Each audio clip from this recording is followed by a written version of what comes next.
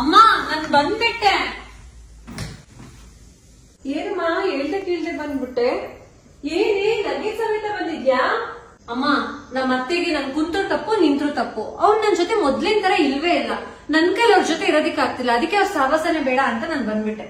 ದೊಡ್ಡವರಂತ ಮನೇಲಿದ್ಮೇಲೆ ಒಂದ್ ಒಳ್ಳೇದು ಕೆಟ್ಟದ್ದು ಹೇಳ್ತಾರೆ. ಹಾಗಂತ ಕುಸುಕಂತ ಬ್ಯಾಗ್ ಇಟ್ಕೊಂಡು ತವ್ರ ಮನೆಗೆ ಓಡ್ ಬಂದ್ಬಿಡೋದಲ್ಲ. ಮದ್ವೆ ಅದ್ ಹೊಸದ್ರಲ್ಲಿ ಅಮ್ಮ ಅಮ್ಮ ಅಂತ ಸೆರ್ಗಿಟ್ಕೊಂಡು ಅವರಿಂದಾನೇ ಓಡಾಡ್ತಿದ್ದೆ.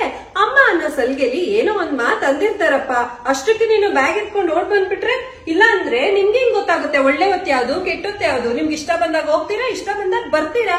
25 ವರ್ಷ ಕಷ್ಟಪಟ್ಟು ಮಗನ್ ಬೆಳೆಸಿ ಮದ್ವೆ ಮಾಡ್ಕೊಟ್ಟಿರ್ತಾರೆ. ಸೊಸೆ ಬಂದ ತಕ್ಷಣ ಮಗ ಏನ್ ತನ್ನಿಂದ ದೂರ ಆಗ್ಬಿಟ್ಟ ಅಂತ ಅವ್ರಿಗೆ ಭಯ ಇರುತ್ತೆ. ನೀನು ಬೆಳಗ್ಗೆಯಿಂದ ಸಂಜೆವರೆಗೂ ಅವ್ರ ಜೊತೆ ಇರ್ತೀಯ, ಅವನು ಬೆಳಿಗ್ಗೆ ಹೋದ್ರೆ ಸಂಜೆ ಬರೋದು. ಆಗ ಅವರಿಗೆ ನನ್ ಮಗ ದೂರ ಆಗ್ತಿಲ್ಲ, ನನ್ ಸೊಸೆನಾದ್ರೂ ನನ್ ಜೊತೆ ಇರ್ತಾಳೆ ಅನ್ನೋ ಭರವಸೆ ಮೂಡಿಸ್ಬೇಕು ಅವರಲ್ಲಿ. ಅದನ್ ಬಿಟ್ಟು ನೀನು ಅವರಿಗೆ ಈ ರೀತಿ ಕೋಪ ಮಾಡ್ಕೊಂಡು ತವ್ರ ಮನೆಗೆ ಓಡ್ ಬಂದ್ಬಿಡೋದಲ್ಲ. ಫಸ್ಟ್ ಎದ್ದೋಗು, ಲಗೇಜ್ ಸಮೇತ ಎದ್ದೋಗಿ ನಿಮ್ ಅತ್ತೆ ಹತ್ರ ಕ್ಷಮೆ ಕೇಳಿ ಮುಸ್ಸಂಜೆ ಅಷ್ಟ್ರಲ್ಲಿ ಮನೆ ಸೇರ್ಕೊ. ಇಲ್ಲ ಅಂದ್ರೆ ಪರ್ಕೆ ತಗೊಂಡ್ ಬಾಸ್ ಕಳಿಸ್ತೀನಿ. ಸಾರಿ ಅಮ್ಮ, ತಪ್ಪಾಯ್ತು. ನಾನು ಅತ್ತೆ ಮನೆಗೆ ಹೋಗ್ತೀನಿ. ಹೋಗ್ಬಿಟ್ ಬಾ ಅಮ್ಮ, ನಿನ್ ಗಂಡನ್ ಜೊತೆ ಬಂದು ತಿಂಗಳಾನ್ಗಟ್ಲೆ ಇದ್ಬಿಟ್ಟು ಹೋಗಿವಂತೆ. ಅವಾಗ ಯಾರು ಬೇಡ ಅಂತಾರೆ? ಸರಿ ಅಮ್ಮ.